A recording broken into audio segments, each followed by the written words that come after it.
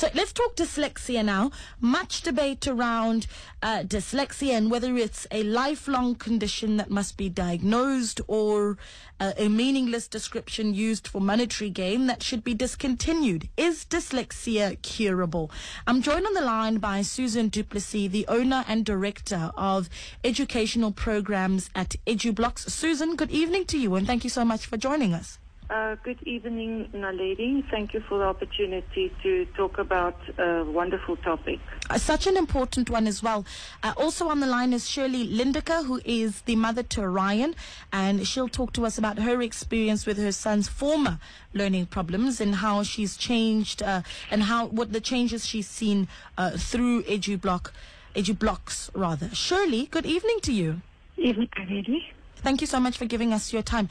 Susan, let's start off with you. A few issues around understanding what exactly dyslexia is. And it's quite strange that we're still asking questions around what exactly dyslexia is. Some say, it is a lifelong condition. Others say it is a learning a challenge. Let's define exactly what dyslexia is and the amount of challenge it actually presents to a child. Okay, let's talk about the traditional view. That's always where I start. Sure. The word dyslexia comes from the Greek words dys and lexia, which means poor reading. And the term is usually just used to refer to a child with a severe reading and or spelling problem. Mm-hmm. Now, the thing is that to be diagnosed with dyslexia, there must always be a discrepancy between the child's IQ and then his reading ability. So his IQ is a lot higher than what his reading ability suggests. So we are talking about smart children. Mm-hmm. And then there are always symptoms like reversals of B's and D's. They might reverse words like was and saw, Mm-hmm. but reversals are quite common, but it's not your only symptoms. There might be sequencing problems. The child might read a word like enemy as emony. He might sound out words like cat, but then he cannot put the sounds together, and he might say cold.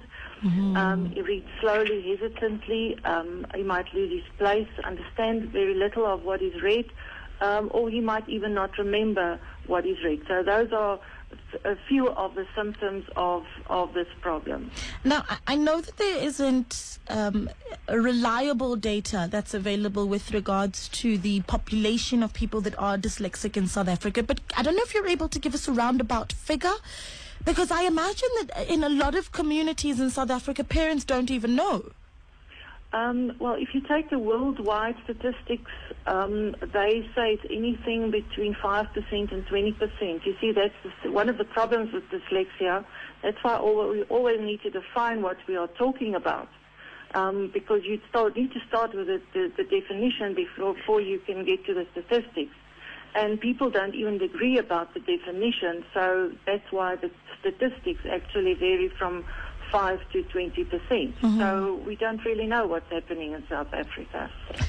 All right, so I mentioned earlier that we're also joined on the line by Shirley Lindecker, mother to Ryan, to talk to us about her son's former learning problems. Shirley, Yes. I imagine that, this time of the year or last month was possibly a very stressful time for you because, and not now, obviously, but prior to having taken your son through EduBlocks, because your concern at the beginning of the year is how is he going to perform this year? Now he's got to go back to school. He's going to struggle all over again, Shirley? Yes, definitely. And you're always worried because they don't have a new teacher. Do they know the issues that they're having? And again, they're not problems. They've got to study a little harder. They've got to work a little harder, and you never know how it's going to turn out in any given year. At what point did you start seeing a few signs? Right from early on. Ryan was at speech therapy from the age of 4, OT at 5. He was at speech for about 5 years, which then became remedial English. Mm-hmm. He did a reading program which worked, but unfortunately he regressed again. And last year when I was studying with him, and I realized that he actually was not able to read the work. He didn't understand the work that was on the page because he actually was missing words or mispronouncing words. So he was actually not able to study on his own. And how old is your son now, Shirley? He's 13. He's 13. Okay, so that's the majority of his primary school life that he's gone through and had to work much harder than most children have had to work. And you talk about how there were certain things that did work, and then at some point he's regressing. EduBlocks has been successful? It has. And the amazing thing with EduBlocks, I mean, I'm just blown away by EduBlocks. Within 6 weeks of him starting EduBlocks, his marks improved in 2 cycle tests that he did. His marks dramatically. And I still went back to Monique and I asked her, is it actually possible that this can happen? I mean, I'll give you an example. He wrote a cycle test in the first term last year where he got 52%. In the second term, he got 67. 6 weeks after starting EduBlocks, he got 89. Wow. Oh, that's stunning. Yeah, no, it's phenomenal. I cannot even explain how amazing it is. And he did the same with maths and the same with social science, which was a subject that I picked up that he still had a reading problem last year. Yeah, and I imagine that the confidence that he now exudes is so much more because he's able to understand the work that he's putting down. Definitely. And because he's more confident, I found that he does better. And also he can sit down and study on his own, whereas before he could not do that. Okay, so Susan, there's something you're doing right. Tell us about EduBlocks and the program that you then have. Okay, EduBlocks is all about addressing the cause of a reading and a spelling problem. We cannot solve a problem unless we address the cause. And for most children, the cause of a reading and spelling problem is simply because the foundational skills of reading and spelling have not been put into place. We always need to consider that when we teach a child or an adult, it doesn't matter, you have to master one skill first before it becomes possible to master the next. It's like when I want to learn to play soccer. I mean, where will I start? I first need to learn to kick the ball and to dribble the ball and to pass the ball and hit the ball and chase the ball, all those foundational skills.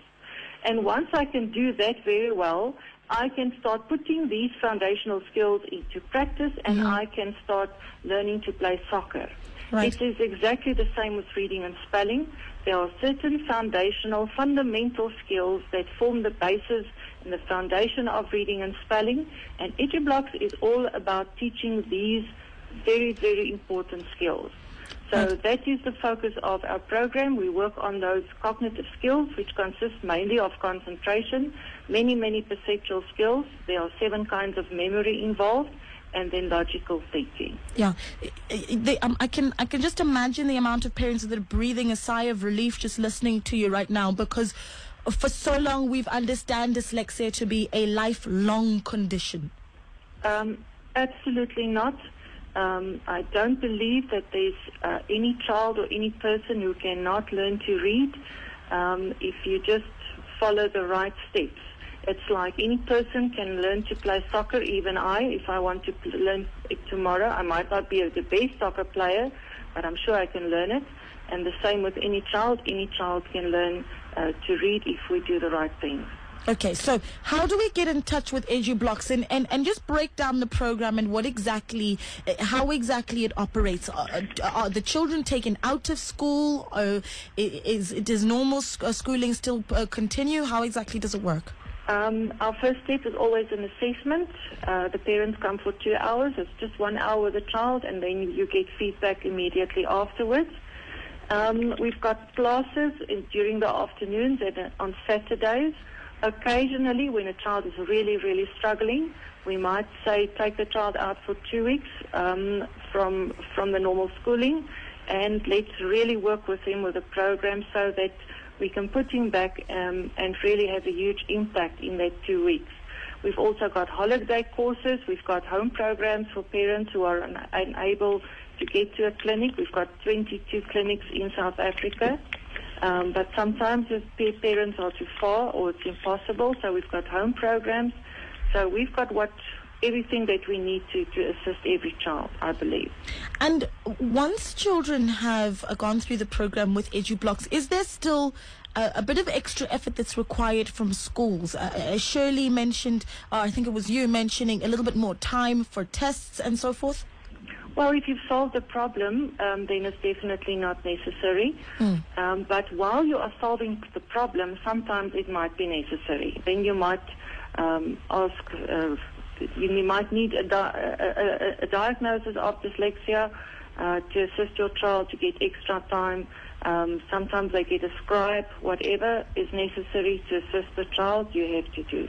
Right. Shirley, as a mother who's, come so far with Ryan and obviously finally found the golden egg with EduBlocks, just talk to me about the signs. So a mother who's not quite sure what's happening with their son or daughter, the signs that they should first be looking out for, and what you advise that parent to do.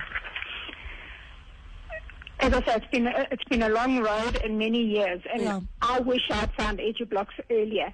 I think it's very easy for a parent, as a small child, they're always doing reading. They're reading to you. They're having spelling tests. You immediately pick up. I mean, Ryan, he had the B and the D, and in fact, probably till early last year, he would still sometimes get the B and the D confused. I would take steps. A lot of parents don't want to do anything. A lot of parents go, no, it'll be fine. As they get older, it will get better. You know what? Maybe it will. But rather take steps to help them, to make it easier for them to get better. It's pointless sitting back and saying, well, hopefully with the learning at school, they'll be fine. I've just found that you've got to be proactive. And I'll tell you that I believe EduBlocks is the difference I've seen Ryan hasn't even been there a year, and the difference is huge, and his confidence has grown because he can do better, and because now he understands that he actually can do it, whereas before he didn't believe that he could do it. Yeah. Susan, just tell me quickly the costs associated with EduBlocks, and I really hope you're not just based in Johannesburg, because I'm sure there's people right now that are outside of Joburg and would like to get in touch with you.